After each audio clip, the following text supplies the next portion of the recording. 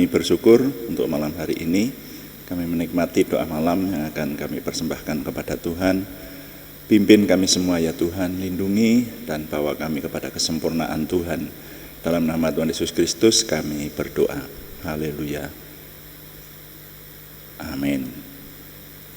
Selamat malam Bapak Ibu, saudara sekalian yang sudah bersama dengan kita di sini dalam doa malam hari ini. Doa malam melalui online ini diadakan secara iman Kristiani dengan dasar keyakinan kepada Tuhan Yesus Kristus, Yeshua HaMasyiah, Isa alaihi salam, Juru Selamat dunia, Imam Besar Agung kami.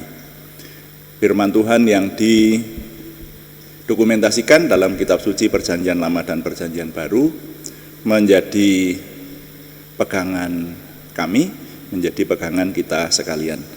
Nah, saudara, saya ajak saudara untuk melanjutkan merenungkan. Hari-hari ini adalah hari-hari persiapan peringatan hari Natal yang resminya tanggal 25 Desember tahun 2022. Nah, hanya hari-hari ini juga sudah banyak yang merayakan Natal, saudara ya. Sebentar lagi kita akan melayani pelayanan Natal juga hari ini. Nah, hanya tepatnya perayaan Natal dirayakan itu tanggal 25 Desember. Nah, oleh karena itu perayaan Natal itu memperingati hari kedatangan Tuhan Yesus Kristus ke dunia. Datangnya itu dengan cara lahir seperti manusia. Dan pusat dari perayaan Natal itu adalah bayi Yesus. Ya, jadi yang banyak direnungkan, banyak dikisahkan hari-hari ini adalah kelahiran bayi Yesus. Dan semestinya kita dalam bulan-bulan ini juga merenungkan soal kristologi, pengenalan akan Tuhan Yesus Kristus. Nah, dalam beberapa doa malam ini saya mengajak saudara untuk mendalami kristologi ini. Yang kemarin kita renungkan juga adalah bahwa yang sering menjadi polemik tetapi yang itu merupakan inti dari iman Kristen, inti dari iman Kristiani itu adalah percaya bahwa manusia yang namanya Yesus Kristus itu adalah Tuhan yang mengambil rupa manusia, saudara.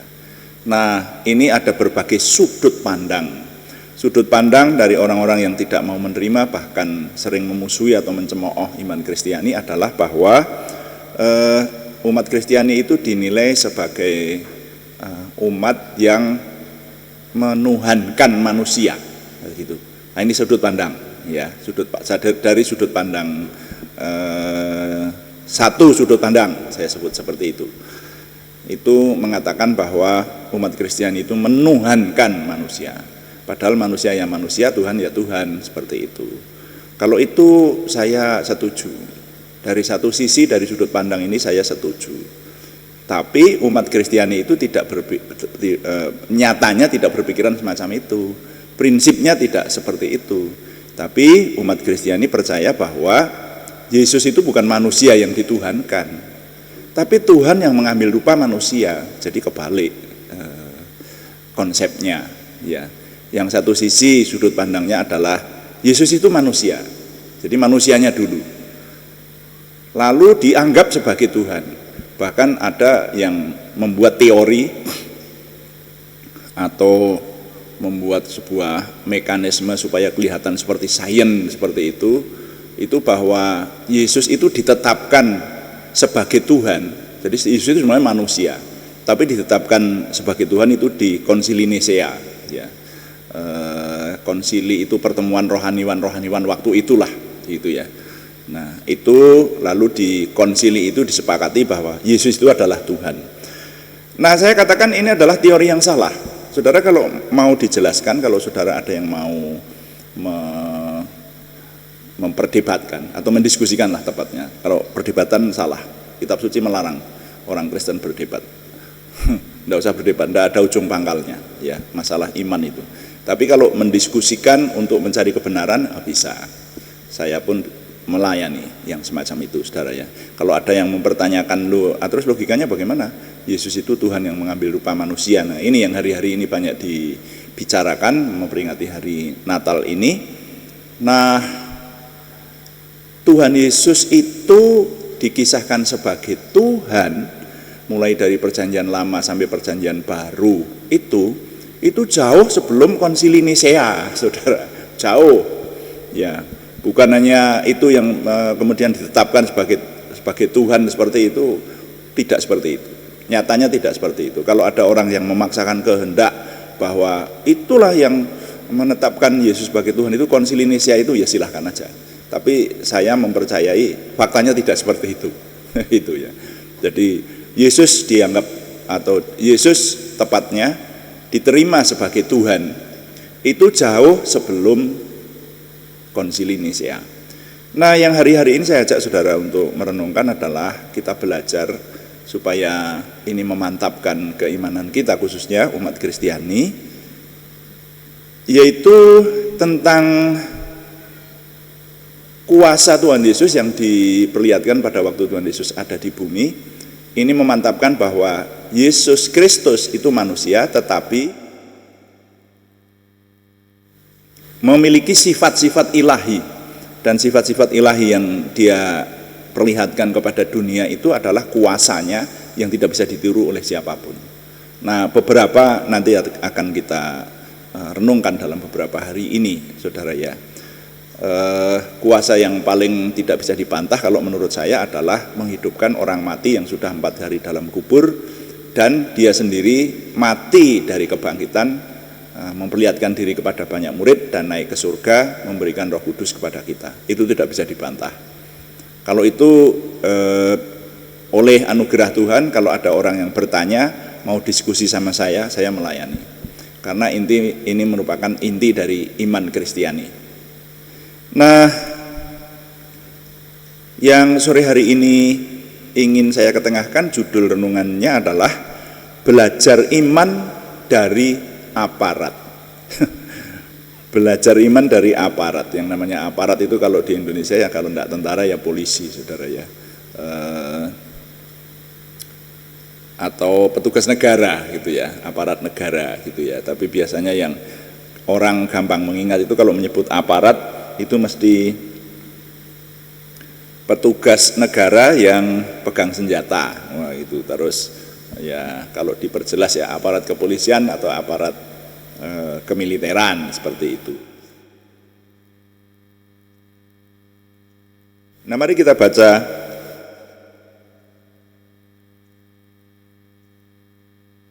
Matius pasal 8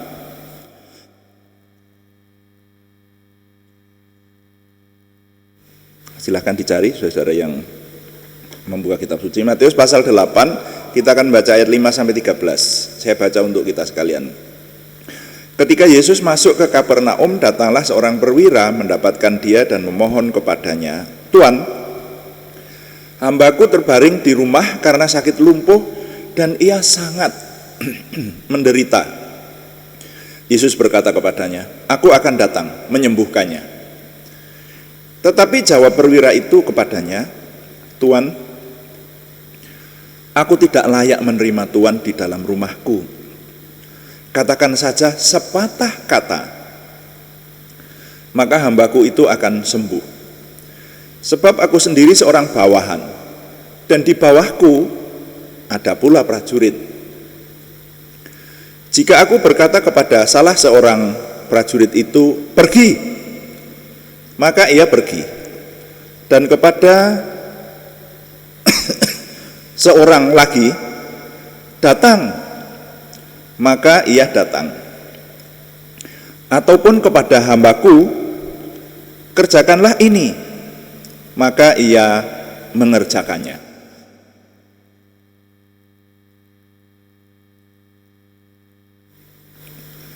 Setelah Yesus mendengar hal itu, heranlah ia dan berkata kepada mereka yang mengikutinya, "Aku berkata kepadamu, sesungguhnya iman sebesar ini tidak pernah aku jumpai pada seorang pun di antara orang Israel.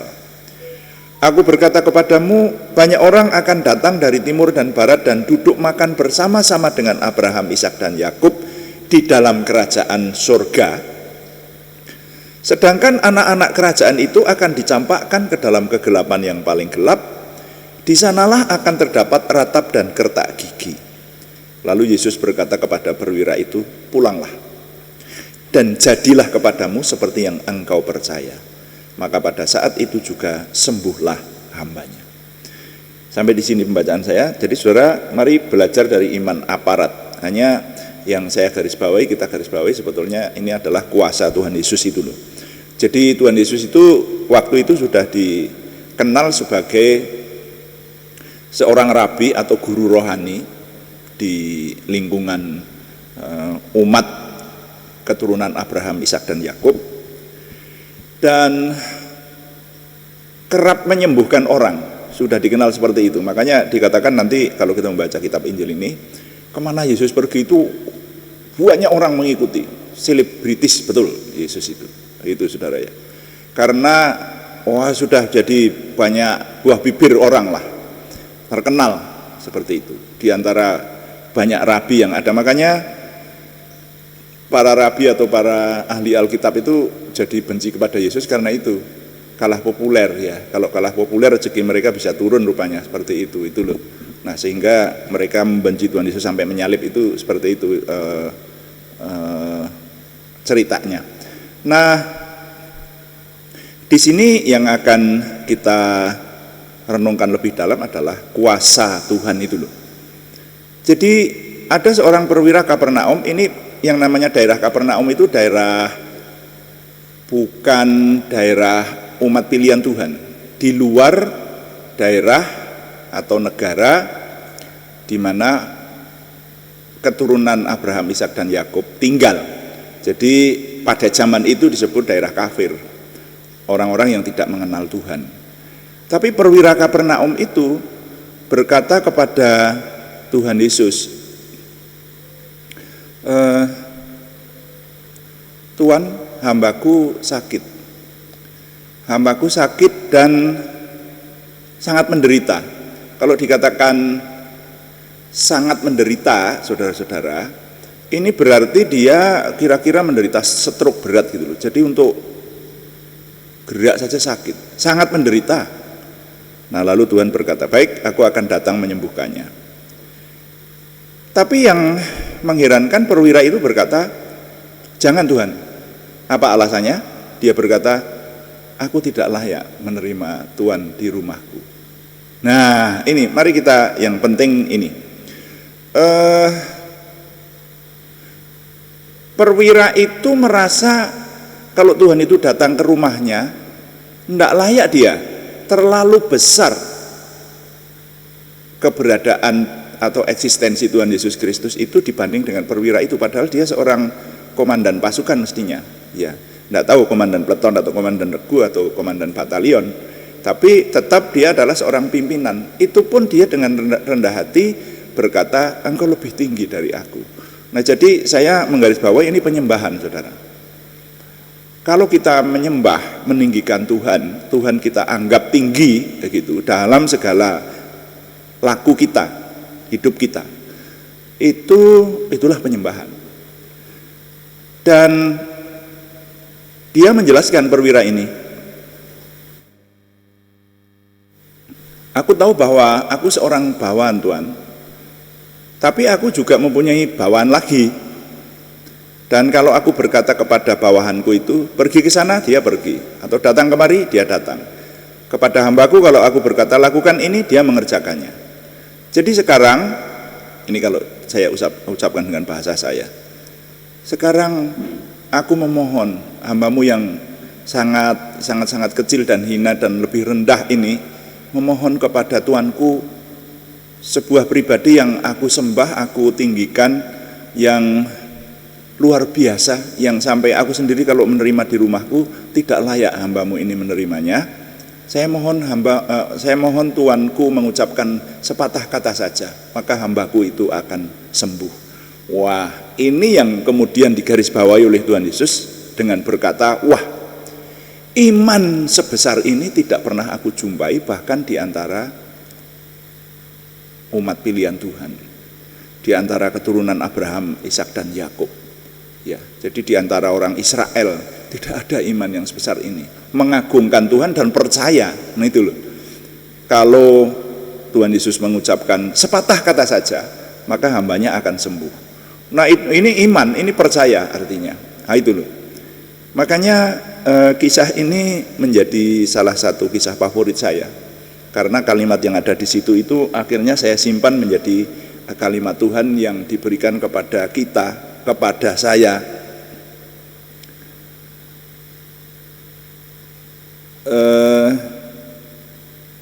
Tuhan Yesus berkata, pulanglah, ayat yang ke-13, dan jadilah kepadamu seperti yang engkau percaya. Ini kalimat ini memiliki kuasa besar sampai hari ini. Apa yang engkau percaya, jadilah kepadamu seperti itu. Nah itu, orang-orang yang meneladani iman dari aparat, dari komandan di Kapernaum ini saya pakai istilah berhak menerima janji Tuhan ini. Ini kan janji Tuhan yang didokumentasikan sampai hari ini kita baca. Ini gunanya untuk apa? Kok kisah ini sampai kepada kita? Gunanya memberikan keteladanan, supaya kalau kita punya iman, maka iman itu yang akan terjadi, dan itu oleh kuasa Tuhan, begitu loh. Karena di situ dikatakan, maka pada saat itu juga sembuhlah hambanya. Nah, saudara sekalian, terlepas dari keteladanan perwira di Kapernaum, tapi mari kita yang berikutnya merenungkan kedahsyatan kuasa Tuhan Yesus itu loh. Jadi kuasa Tuhan Yesus itu sedemikian rupa sampai umumnya orang kalau menyembuhkan penyakit itu ya datang ke tempat si sakit, lalu mengobati dengan cara-cara atau mekanisme tertentu.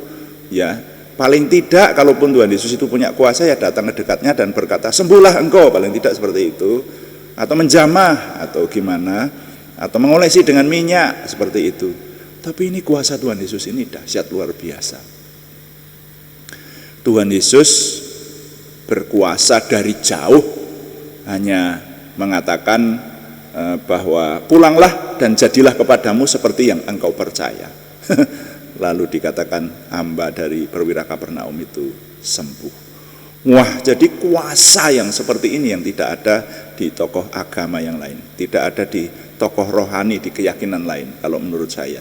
Ya, dengan catatan bukan karangan loh ya. Kalau karangan di dunia pewayangan itu banyak karangan itu. Ya, jadi ada kuasa yang tidak terbatas di situ. Tapi itu kan dongeng ya. Saya bisa mempertanggungjawabkan bahwa kisah pewayangan itu dongeng, saudara. Ya, jadi ada hal-hal yang tidak masuk akal di situ terjadi, ya wajar saja karena dongeng, ya, gitu. Nah, dongeng itu yang kemudian sekarang ini ditambah-tambah dengan menghubung-hubungkan tempat yang ada. Ya, orang berkata bahwa itu Pendawa itu dikubur di pegunungan Dieng. Di sana ada candi Yudhistira, candi Bima, candi Arjuna, candi Sadewa dan candi Nakula gitu. Nah, itu kan dihubung-hubungkan, itu dibuat kemudian seperti itu, gitu loh. Nah, tetapi kalau ini sejarah suci ini bisa dipertanggungjawabkan, ini bukan dongeng. Jadi kuasa nama Tuhan Yesus Kristus itu ternyata menyembuhkan hamba perwira Kapernaum itu. Jadi betapa dahsyatnya kuasa Tuhan Yesus. Ini membuktikan lagi bahwa Tuhan Yesus itu Tuhan yang mengambil rupa manusia. Nah, saudara, ini hanya salah satu bagian. Nanti masih akan ada banyak lagi bagian-bagian lain dari kitab Injil ini yang mengisahkan kuasa nama Tuhan Yesus Kristus. Dan kita yang hari-hari ini mau memperingati peringatan Natal, mari yang utama kita pahami ini, bahwa pribadi yang kita peringati hari lahirnya itu, ini kalau besok kita di peringatan Natal atau nanti sore, sebentar lagi saya akan Natalan juga, itu dikisahkan mengenai lahirnya bayi Yesus. Harap dipahami, Yesus itu sekarang sudah bukan bayi lagi. Ya, ini kita hanya memperingati saja hari-hari ini, tapi Tuhan Yesus sudah memberikan karyanya yang luar biasa untuk membawa kita semakin mengenal Tuhan. Dan tidak bisa dibantah bahwa kuasanya itu semakin memantapkan bahwa dia adalah Tuhan yang mengambil rupa manusia. Jadi nilai yang dapat saya ketengahkan kepada Anda untuk kali ini adalah menyiapkan diri untuk memperingati hari Natal, saudara-saudara sekalian. Nilainya saya susun dalam satu kalimat, bunyinya begini: kedahsyatan kuasa Yesus Kristus semakin memantapkan bahwa Yesus Kristus adalah Tuhan yang mengambil rupa manusia. Ya, kalimat biasa tapi memiliki kekuatan yang luar biasa. Sekali lagi, kedahsyatan kuasa Yesus Kristus semakin memantapkan bahwa Yesus Kristus adalah Tuhan yang mengambil rupa manusia. Tuhan dipuji. Mari kita melayani Tuhan dengan doa. Saudara-saudara, kita akan berdoa syafaat dan juga mendoakan nama-nama yang dalam minggu ini masih dikirim kepada kita untuk didoakan, terutama mereka yang membutuhkan kesembuhan dari Tuhan. Mari kita berdoa. Bapa di surga, terima kasih untuk firman-Mu. Kami hari-hari ini mempersiapkan diri untuk menyambut peringatan kedatangan Tuhan Yesus Kristus ke dunia.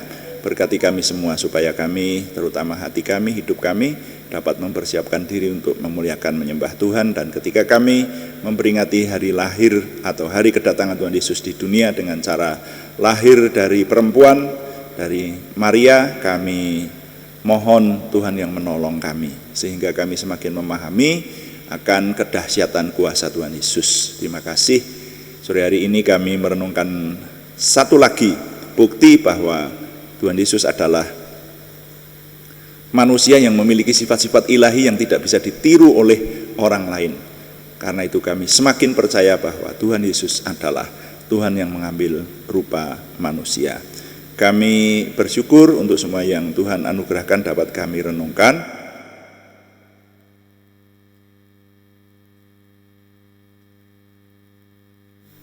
Dan kami sekarang menyerahkan doa syafaat untuk bangsa dan negara kami. Berkati semua kami yang sedang mempersiapkan diri untuk Natalan, dan juga bangsa dan negara kami Tuhan berikan kesejahteraan, termasuk kota-kota di mana kami tinggal, sehingga dimanapun kami tinggal Tuhan senantiasa memelihara kami. Izinkan kami juga berdoa untuk nama-nama yang dalam minggu ini masih dikirimkan kepada kami dan masih harus kami doakan.